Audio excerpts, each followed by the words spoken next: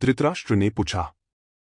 हे संजय, कर्ण ने तो साक्षात महादेव जी के शिष्य परशुराम जी से अस्त्र विद्या सीखी थी और उसमें शिष्य के सभी गुण विद्यमान थे। फिर भी भीमसेन ने उसे खेल खेल में कैसे जीत लिया? मेरे पुत्रों को तो सबसे अधिक भरोसा कर्ण पर ही था। इस समय उसे भीम के सामने से भागते देखकर दुर्योधन ने क्या कहा और महाबली भीम ने इसके बाद किस प्रकार युद्ध किया? संजय ने कहा, राजन, कर्ण अब दूसरे रथ पर चढ़कर भीमसेन की ओर चला। उस समय कर्ण को क्रोधित देखकर आपके पुत्र यह समझने लगे कि अब भीमसेन आग की लपटों में गिरने ही वाला है। कर्ण ने धनुष की भयंकर टंकार करते हुए भीमसेन पर धावा बोला। बस दोनों वीर क्रोधित सिंहों की तरह झपटे हुए दो बाजों के समान और क्रोध में युद्ध करने लगे। भीमसेन ने सभी घटनाओं का स्मरण करते हुए अपने प्राणों का मोह छोड़कर धनुष की टंकार करते हुए कर्ण पर हमला किया। महारथी भीम ने अपने बाणों के जाल से कर्ण के रथ पर सूर्य की किरणों का पड़ना बंद कर दिया। तब कर्ण ने अपने तीखे बाणों से उस जाल को काटा और 9 बाणों से भीमसेन पर प्रहार किया। इसके जवाब में भीमसेन ने फिर से कर्ण को बाणों से घेर लिया।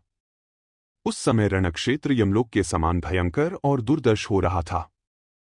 दूसरे महारथी इस संग्राम को बड़े आश्चर्य के साथ देख रहे थे।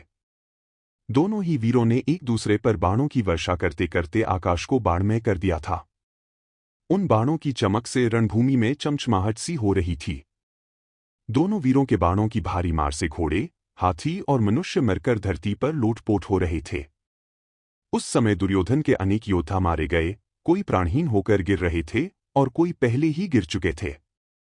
इस प्रकार देखते ही देखते वह सारी रणभूमि हाथी, घोड़े और मनुष्यों की लाशों से पट गई।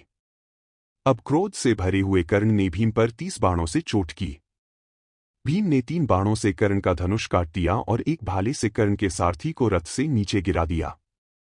तब कर्ण ने इंद्र के वज्र की तरह एक महाशक्ति घुमाकर भीमसेन पर छोड़ी, किंतु भीम ने 7 बाणों से उसे बीच में ही काट दिया और कर्ण पर यमदंड के समान तीखे बाणों की वर्षा आरंभ कर दी। कर्ण ने अपने विशाल धनुष को खींचकर 9 बाण छोड़े, जिन्हें भीमसेन ने 9 बाणों से ही काट डाला। फिर भीमसेन ने कर्ण के धनुष को भी काट दिया तथा बाणों की बौछार से उसके घोड़ों को मारकर सारथी को रथ से नीचे गिरा दिया। कर्ण को इस प्रकार आपत्ति में पड़ा देखकर राजा दुर्योधन ने अपने भाई दुर्जय से कहा, तू शीघ्र ही इस भीम को मारकर कर्ण की सहायता कर। दुर्जय बाणों की वर्षा करते हुए भीमसेन की ओर चला।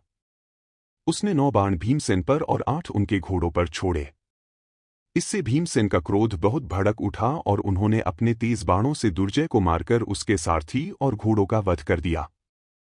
दुर्जय की ऐसी दुर्दशा देखकर कर्ण का हृदय भर आया। इस बीच भीमसेन ने कर्ण के रथ को तोड़ फोड़ डाला। इसी तरह इस दिन का यह युद्ध समाप्त हुआ।